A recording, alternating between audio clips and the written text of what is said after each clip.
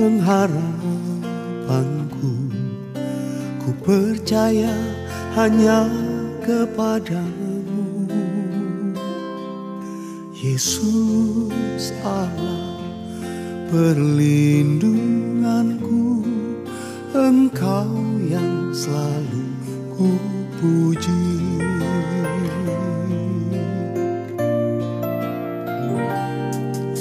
Tuhan, Kaulah pengharapanku. Ku percaya hanya kepadamu, Yesus Allah perlindunganku. Engkau yang selalu ku puji.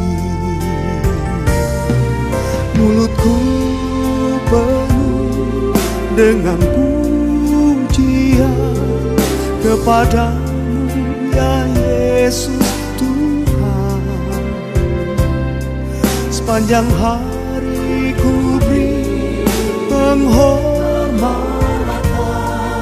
kepadamu, ya Allahku.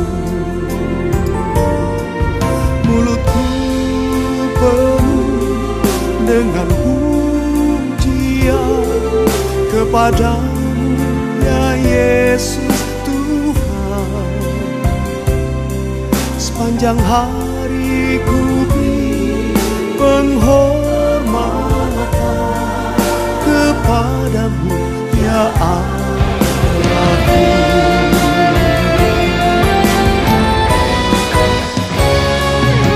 Mulutku penuh dengan pujian kepadamu, ya Yesus Tuhan. Sepanjang hari ku beri penghormatan kepadamu, ya Allahku. Sepanjang hari ku beri penghormatan kepadamu, ya Allahku. Kepadamu, ya Allahku. Kepadamu, ya Allahku.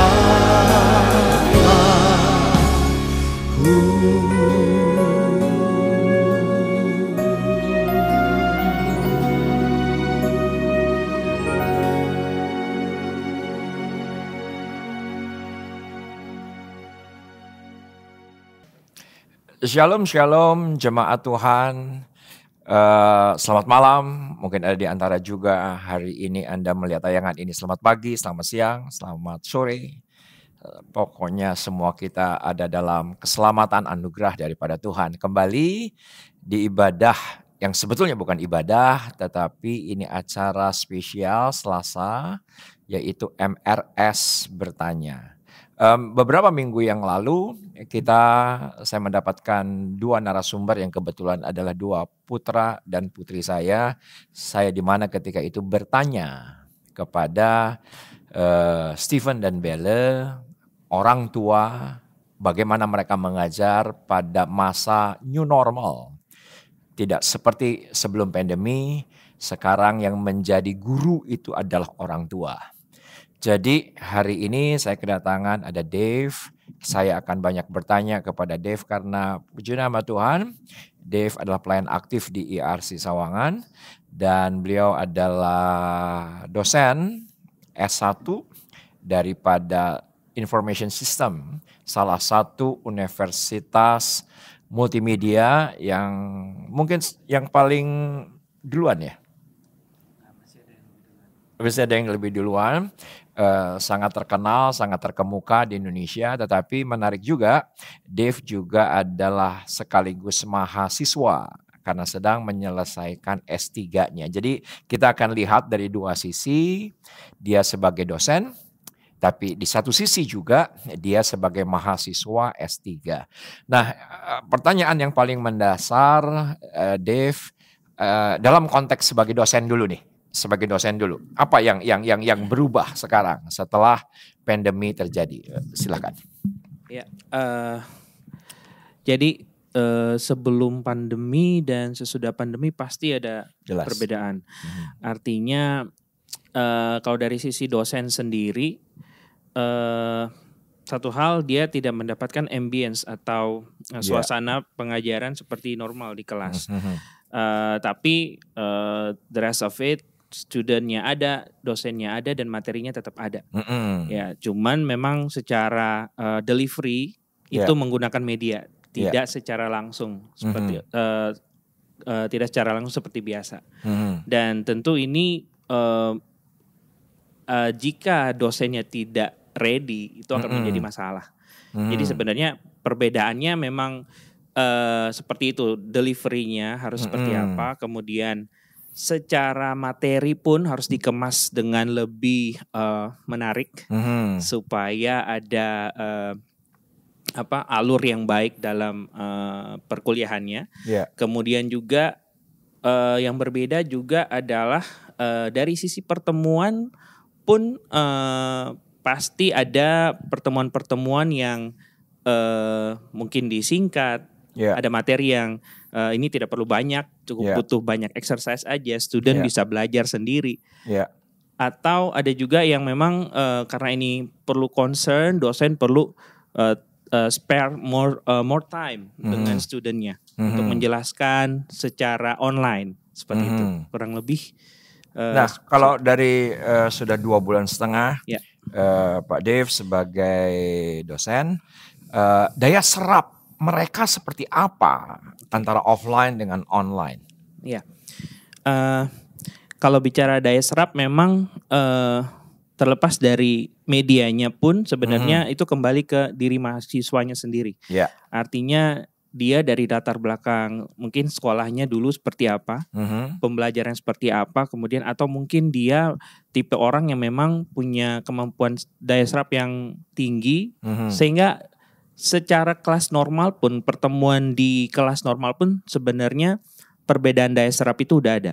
Udah kelihatan. Udah kelihatan. Tetapi dengan adanya pandemi ini sehingga mengubah cara kita belajar dan mengajar, sehingga daya serap itu menjadi salah satu poin penting juga. Artinya sebelum sampai ke daya serap sebenarnya ada satu hal dulu sebelum kita bisa melakukan pembelajaran itu. Artinya ada materi yang harus disiapkan, semua dikemas dengan menarik. Karena kita harus pertama kita harus membuat dulu bagaimana mahasiswa itu merasa tertarik dengan materi yang kita bawakan. Karena itu paling penting. Menurut riset, kurang lebih student zaman sekarang itu hanya bisa bertahan di 10 menit, 15 menit pertama. Bukan bisa bertahan, artinya mereka akan membuat keputusan, decision-nya. Apakah dia akan terus stay di situ atau dia akan teralih dengan yang lain. Sehingga cara kita mengemas materi itu penting. Sehingga itu bisa mendukung daya serap mahasiswa. Tentu waktu di kelas normal ketemu langsung dan di online itu pasti berbeda. Karena kembali lagi mahasiswa ada yang dia lebih suka langsung melihat dosen dengan visualnya langsung dan bahasa tubuh dosen seperti itu membantu dia mengerti. Tetapi ada juga yang ya nggak apa-apa dengar suara aja, lihat muka aja sudah cukup paham. Cuman memang karena ada pandemi sehingga mau nggak mau kita tidak bisa fleksibel seperti biasa. Ya, jadi daya serap kalau saya lihat dari pengalaman saya memang agak sedikit mengalami perubahan. Artinya yang siswa yang mungkin sebelumnya itu aktif di kelas, rajin bertanya seperti itu, waktu di kelas online agak pasif. Mungkin kelasnya kepagian kali. Iya, bisa jadi kelasnya pagi, tapi kelasnya kepagian karena putri saya juga biasa jam 1 masih zooman sama teman-temannya, Oh, terus jam 8 kelas pagi. sudah bangun, aku bilang, "Tumben kamu udah bangun." "Iya, aku ada kelas." Tapi sambil selimutan, sambil pakai daster, Iya. cuma cuci muka. Mungkin karena kepagian, seperti Iya, apa? bisa jadi. Tapi kalau di kelas saya tuh normalnya memang mulai kelas jam 9 pagi. Mhm.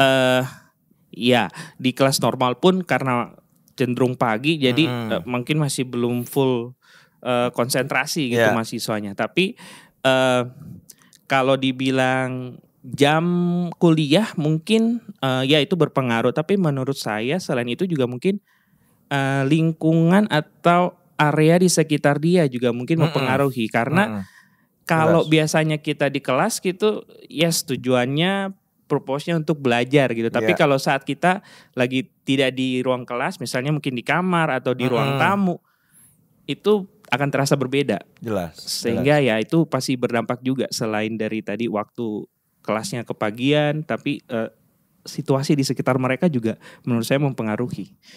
Karena kalau beberapa minggu yang lalu saya ada MRS bertanya dengan kedua orang tua yang anaknya 5 tahun dan 8 tahun. Ya orang tua harus jadi guru. Ya. Tapi kalau ini kan mahasiswa, Sendiri. dia sebetulnya sudah harusnya bisa bertanggung jawab, dia harusnya bisa lebih responsif. Nah kalau Dave bersama dengan teman-teman dosen-dosen yang lain tuh, ya diskusi gitu. Ini gimana nih triknya? Ini gimana nih kita ngakalinnya? Itu seperti apa? Ya biasanya kalau kita selain materi, kebetulan kalau di kampus saya itu semua materi itu sudah tersedia di satu website kita sebut Learning Management System. Jadi sebenarnya student tanpa mengikuti kelas pun dia sudah bisa punya gambaran sebenarnya bahwa nanti di kelas tuh akan belajar ini karena poin-poinnya sudah disediakan. Nah tetapi karena ini bentuknya online, sehingga kita kalau strategi kita sih lebih banyak kita buat aktivitas. Artinya aktivitas bukan yang ngumpul-ngumpul atau gimana, tapi kita membuat seperti tugas yang dia kerjakan lebih dahulu di rumah sebelum mulai kelas. Kemudian baru nanti di kelas kita nggak perlu lagi bahas materi one by one. Karena itu langsung pasti itu hasil apa yang dia dapatkan, apa yang dia hasilkan langsung didiskusikan. Makanya kita sebut itu namanya flip learning. Kita membalikan pembelajaran. Normally kan kalau di sekolah atau kelas biasanya itu kan di kelas dosen atau guru mengajarkan kemudian pulang ngerjain homework sendirian. Nah ini kita balik, jadi mereka udah ngerjain tugas dulu sebisa mereka.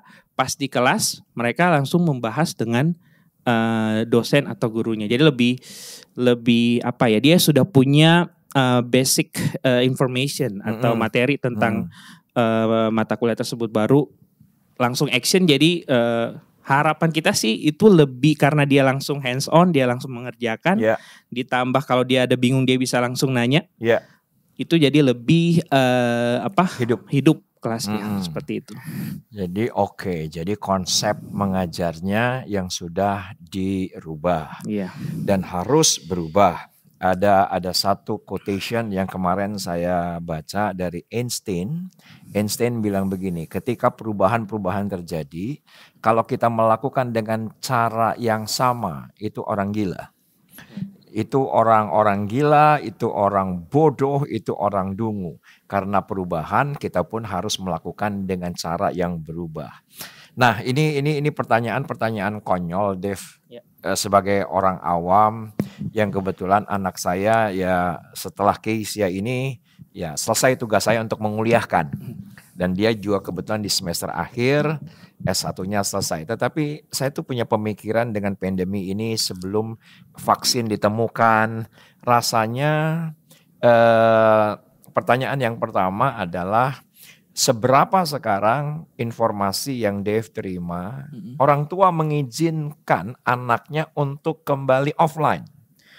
Untuk kembali ngajar-mengajar di sekolah, yang mana social distancingnya juga harus sedemikian rumit, protokol kesehatannya juga udah sedemikian ketat luar biasa. Nah sekarang seberapa orang tua mengizinkan anaknya atau juga si anaknya seberapa berani untuk mereka Kembali lagi ke mana ke kelas offline gitu. Gimana? Kalau mau ditanya seperti itu mungkin perlu diadakan survei bahwa berapa persen yang setuju dan enggak. Tapi kalau dari pengalaman saya kebetulan kalau di kampus saya itu ada di semester terakhir kita punya program namanya enrichment di mana student itu boleh memilih 1 dari 5 pilihan program yang dia bisa pilih dan salah satunya itu adalah magang. Nah, dari situ magang saya ambil case magang ini. Jadi tapi sorry saya potong nih. Soal magang sendiri, saya punya teman seorang orang tua, dia mengatakan, wah gue punya masalah nih, anak gue harusnya internship. Yes. Sekarang karena work from home juga dia nggak bisa internship, nggak bisa magang. Nah, benar. Iya, seperti itu kasusnya Pak. Jadi dari itu sebenarnya kan adalah ada perjanjian antara kampus dengan perusahaannya. Perusahaannya bahwa ini akan jalan seperti apa di awal gitu. Nah, tapi dengan adanya pandemi, kebijakan untuk bahwa karyawan itu masuk atau tidak itu dikembalikan ke perusahaan sebenarnya. Oh, oke. Karena mahasiswa kita yang internship di sana atau magang di sana itu akan diperlakukan benar-benar seperti karyawan. Jadi dia masuk melalui proses yang karyawan baru lakukan, sehingga dia diperlakukan seperti karyawan. Jadi semua aturan kebijakan dari perusahaan itu juga bisa dibilang mengikat mahasiswa ini. Nah, hal yang kita dapati adalah karena kondisinya begini sehingga ada beberapa perusahaan yang ya udah kamu kerja aja dari rumah. Nanti kita kasih proyek, kamu kerjain, artinya jadi benar-benar by result. Iya, by result. Jadi artinya kan tujuan kita awal tuh magang tuh supaya mahasiswa memiliki pengalaman, memiliki experience gimana sih kalau di dunia kerja. Berinteraksi, sosial. Harus ada berinteraksi, benar. Tapi karena masalah pandemi ini sehingga dari perusahaan misalnya mengizinkan udah kerja aja di rumah gitu ya. Tapi tidak menutup tidak sedikit juga ada perusahaan yang tetap mewajibkan mahasiswa untuk ke perusahaan tetap datang gitu. Nah, ada 1-2 case yang sempat terjadi yaitu di mana perusahaannya sudah mewajibkan mahasiswa untuk datang. Tapi dari sisi orang tua tidak mengizinkan. Nah, seperti ini. Jadi, ini kendala-kendala memang yang terjadi. Sehingga kalau pertanyaannya awal tadi ditanya seberapa besar atau berapa banyak mahasiswa atau orang tua yang mau kembali lagi beraktivitas seperti biasa, mungkin kalau dari yang saya lihat tidak banyak yang mau kembali lagi untuk saat ini. Kalau yang dari saya lihat, karena ya seperti itu, di mana vaksinnya belum ada, kemudian jumlahnya masih lumayan banyak yang terkena virus ini, sehingga ya itu juga berdampak ke keputusan orang tua atau mahasiswa untuk kembali lagi gitu ke normal. Karena ini benar-benar pertanyaan liar nih. Dengan pandemi ini, yang pertama adalah seberapa urgent sekarang anak-anak yang lulus SMA akan melanjutkan ke perguruan tinggi. Seberapa menarik ya perguruan tinggi dengan kondisi yang sekarang yang sebagian perguruan tinggi mahal, biaya hidup juga mahal. Nah, ini bagaimana menyiasatinya? Karena dulu waktu dalam keadaan normal, Dave mungkin tahu jurusan-jurusan yang 10 tahun lalu nggak ada, hari ini ada. Macam-macam tuh. Saya pernah Google fakultas paling baru dalam 3 tahun. Macam-macam. Ada ilmu robot lah, robotnya begini, robotnya begana lah. Itu juga mungkin untuk membuat menarik. Nah, sekarang seperti apa nih ke depan? Dari obrolan Dev sama teman-teman gitu. Kalau kita lihat dari culture-nya kita dan pendidikan kita saat ini, satu yang saya pahami dan saya yakin bahwa namanya sebuah ijazah atau sertifikat itu ijazah sekolah itu penting sekali. Masih. Sehingga kalau saya bilang dengan pandemi ini pun orang tua pun akan tetap akan terus menyekolahkan sebisanya. anaknya. Ya, sebisanya. Pendidikan itu masih suatu yang penting. Karena kan setelah dia kuliah nanti kan dia mau jadi apa profesinya, bekerjanya di mana. Kalau dia tidak punya ijazah akan sangat sulit. Nah, karena gaya pendidikan kita belum seperti di luar sana. Kalau di luar negeri mungkin ijazah mungkin nomor kesekian. Lebih dilihat itu seperti skill, technical skillnya, sertifikasi yang dia punya seperti apa. Nah mungkin seperti itu kalau di luar. Tapi kalau di kita sendiri ijazah itu masih sesuatu yang penting.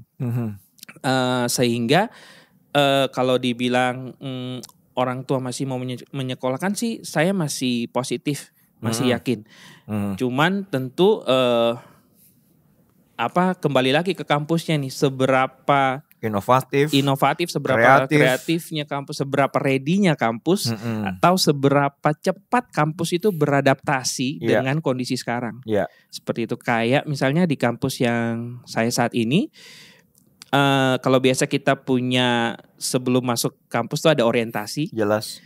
Nah, normally kan mahasiswa akan datang terus diperkenalkan seperti ini kegiatan daily gitu di kampus seperti apa, mereka datang ke kampus ke ruangan-ruangan.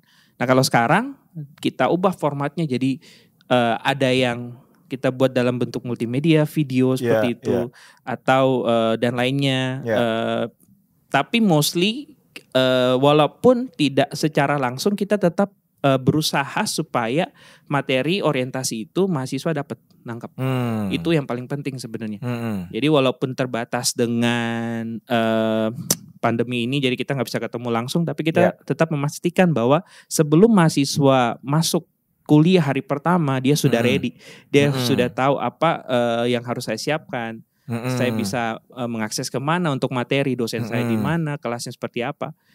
Karena memang sekarang kalau zaman dulu kelas itu ada ruangannya. Hari ini mata kuliah ini, kelas ini di ruang A. Nah, sekarang ruangannya diganti jadi link. Jadi link untuk saat ini. Karena kita masih terus menunggu, kita bergantung sama pemerintah ketentuannya seperti apa. Jadi kita masih menunggu dari pemerintah. Kalau memang ini sampai nanti Juli itu masih belum bisa kembali, artinya kita akan running secara online. Itu harus dengan cepat kita sudah persiapkan. Atau kalau misalnya memang harus kembali ke kelas pun, ya ada banyak hal yang harus disiapkan, dan itu juga sudah disiapkan. Kita punya plan-plannya nanti seperti apa. Jadi setiap skema pembelajaran tuh kita sudah siapkan dua kemungkinan. Kalau kayak flowchart gitu ya. Oke, ngerti. Sorry teman-teman jemaat Tuhan, kita sudah di 20 menit ternyata. Tadi sebelum ngobrol sama Dave untuk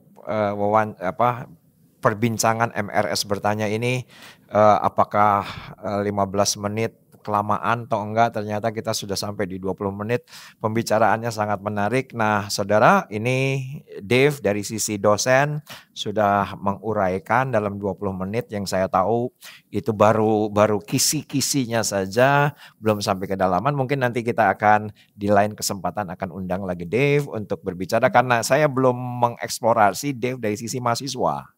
Karena Dave sekarang mahasiswa S3, dan saya yakin dari pembicaraan kita yang 20 menit ini ada jawaban-jawaban, ada inspirasi-inspirasi bagi Anda orang tua dan bagi juga teman-teman muda yang akan melanjutkan sekolah, karena sebentar tahun ajaran baru, dan saya percaya bahwa tayangan ini cukup menjadi inspirasi bagi Anda semua. Dan saya yang bertanya, saya hari ini terpuaskan karena semua pertanyaan saya sudah terjawab oleh Pak Dave. Puji nama Tuhan, Tuhan Yesus memberkati. Yuk kita berdoa sebentar. Bapak, terima kasih untuk percakapan ini, percakapan yang sangat menginspirasi, sangat praktikal, sangat praktis, yang mana ini menjadi bahan pemikiran untuk kami melangkah selanjutnya. Hikmat-Mu berlimpah-limpah atas Dave, berlimpah-limpah atas Indonesia, berlimpah-limpah atas generasi ini. Apapun yang terjadi kami bisa lentur beradaptasi dengan perubahan-perubahan yang ada. Di dalam nama Yesus, amin. Ya Dave, kita akan makan dan minumnya sudah dingin. Puji Tuhan, silahkan menikmati minumnya.